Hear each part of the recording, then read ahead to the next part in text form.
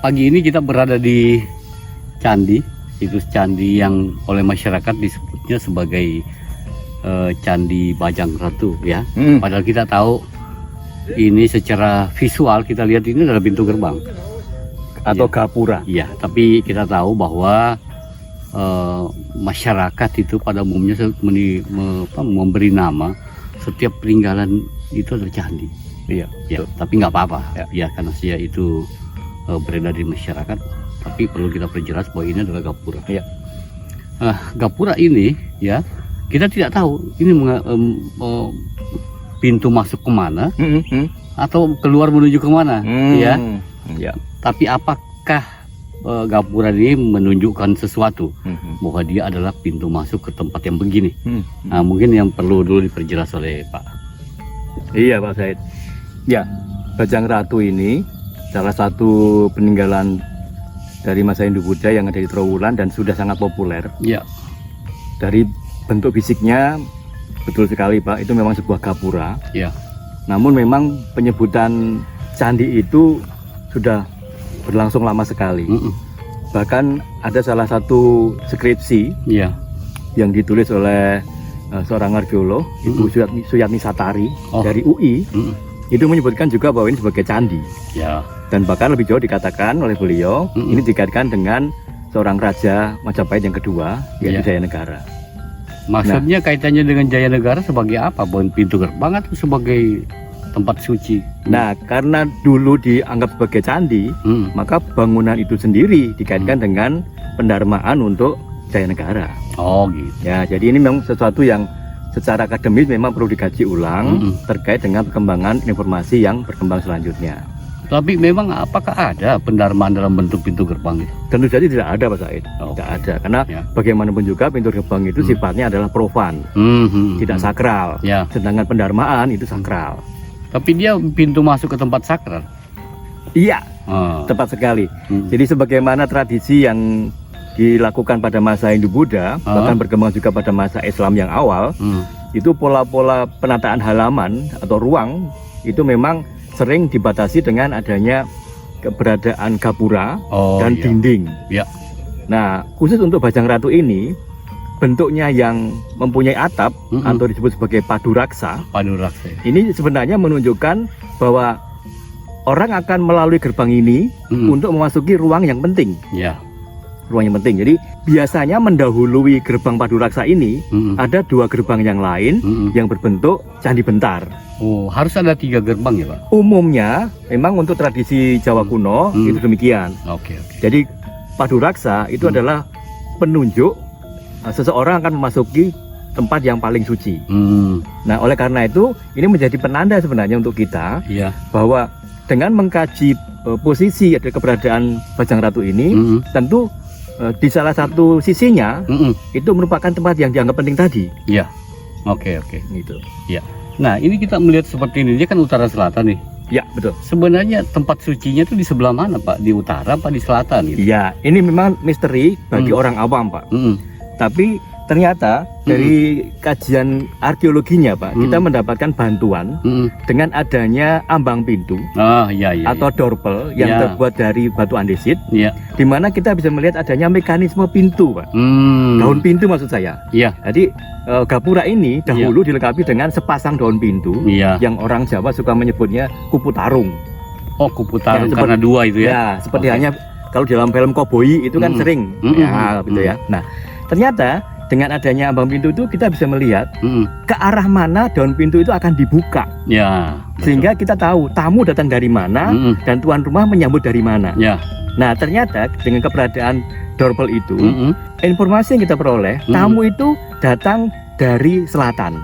Dari selatan, berarti pintunya kebuka ke utara. Betul. Jadi tuan rumah akan membukakan pintu, daun pintu akan ditarik ke utara, ke dalam. Betul sekali. Ya. Jadi tempat kita berada di sini sekarang ini Pak, di sebelah utara dari gapura ini adalah tempat yang sebenarnya merupakan bagian paling penting itu.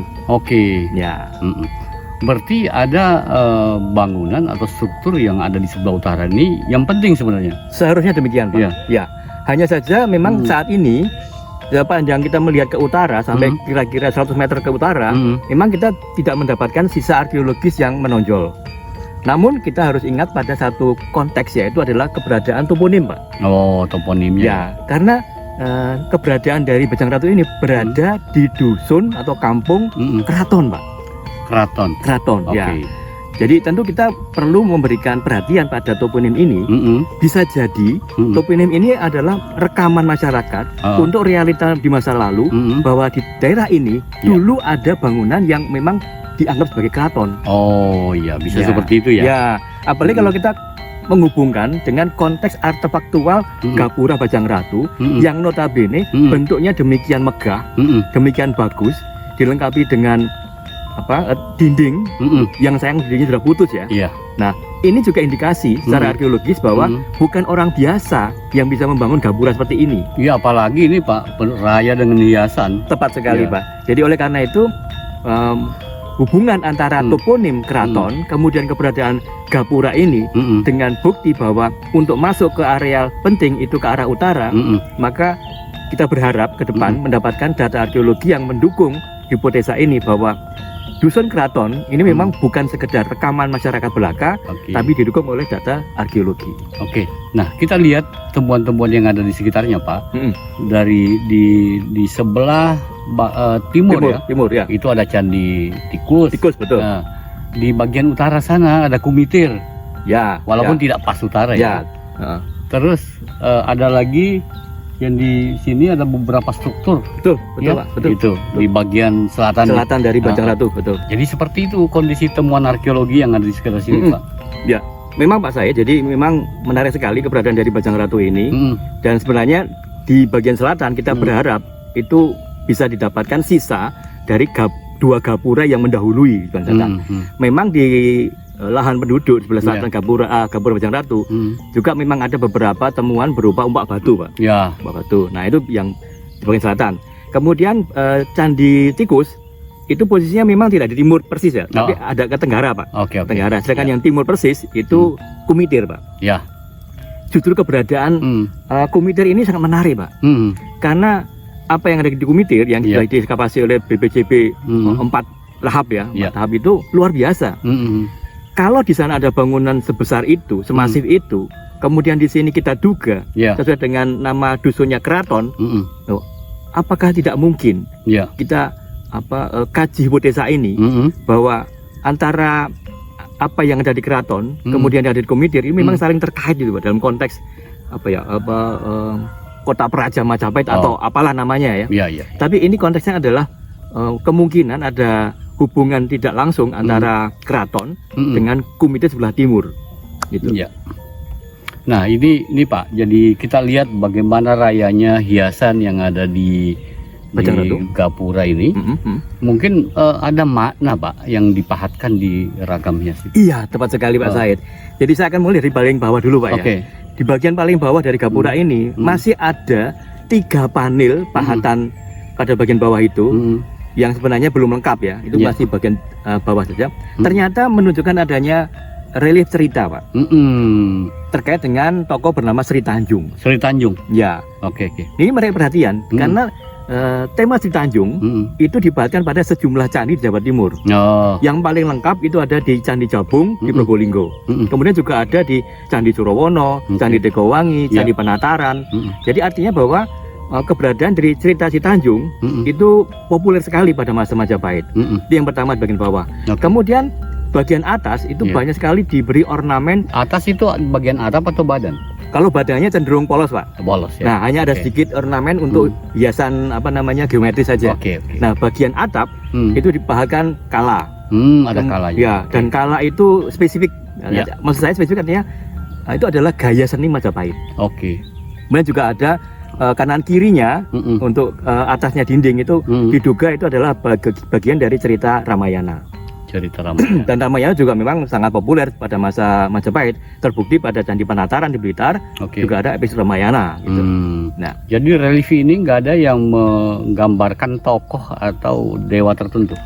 Ya, untuk di candi gerbang atau gapura Bajang Ratu memang tidak ada. Tidak ada ya. Karena memang ini adalah bangunan sifatnya bukan untuk pemujaan, tapi gapura. Jadi memang tidak ada keharusan untuk menghadirkan tokoh dewa. berarti semakin membuktikan bahwa dia bukan pendarmaan. Iya, betul. Mungkin ada hal lain lagi yang Pak Lutfi ingin sampaikan terkait dengan Candi Bajang Ratu ini, Ya. atau Gapura Bajang Ratu ini. Ya, memang yang perlu disampaikan kembali pada masyarakat, tadi saya mau ulang dari Pak Said, bahwa ini adalah gapura. Oke. Jadi bukan candi. Walaupun masyarakat sudah terlanjur menyebutnya candi, tidak masalah. Nah. Yang kedua, dengan keberadaan dorpel itu, kita semakin tahu bahwa tempat yang penting itu adalah di bagian utara dari gapura ini. Ya. Mestinya ini menjadi narasi tambahan Oke. agar masyarakat juga mempunyai gambaran bahwa kalau mereka ingin tahu fungsi dari gapura ini ternyata adalah untuk memasuki tempat yang suci di utara gapura candi. Yang ketiga adalah kita berharap ke depan ada kajian-kajian keruangan terhadap gapura ini supaya di bagian utara nanti kita mendapatkan dukungan data arkeologinya, Pak. Oke. Gitu. Iya, iya. Memang itu sangat penting, Pak. Dan ini BPCB juga sudah membuat kajian zonasi, jadi memberi ruang di sekitar Bajang Ratu ini, sehingga potensi-potensi apabila masih ada di sekitar candi ini atau gerbang ini itu bisa diungkap lagi. Betul. Juga kita tahu bahwa dinding yang membatasi di setiap kiri kanannya gapura ini itu belum pernah Eskavasi secara tuntas. Betul. Ya mungkin hanya digali waktu kegiatan pemugaran saja. Ya. Saya rasa itu yang dapat kita sampaikan terkait dengan Bajang Ratu ini, Pak Lutfi. Ya. Mudah-mudahan informasi kita dapat diserap oleh masyarakat dan generasi muda dapat memahami data sejarah arkeologi yang terkait dengan Bajang Ratu ini, sehingga dapat membantu melestarikan cagar budaya yang sudah masuk peringkat nasional ini, Pak. Demikian saja. Wabillahi taufiq wal hidayah. Wassalamualaikum warahmatullahi wabarakatuh. Waalaikumsalam warahmatullahi wabarakatuh.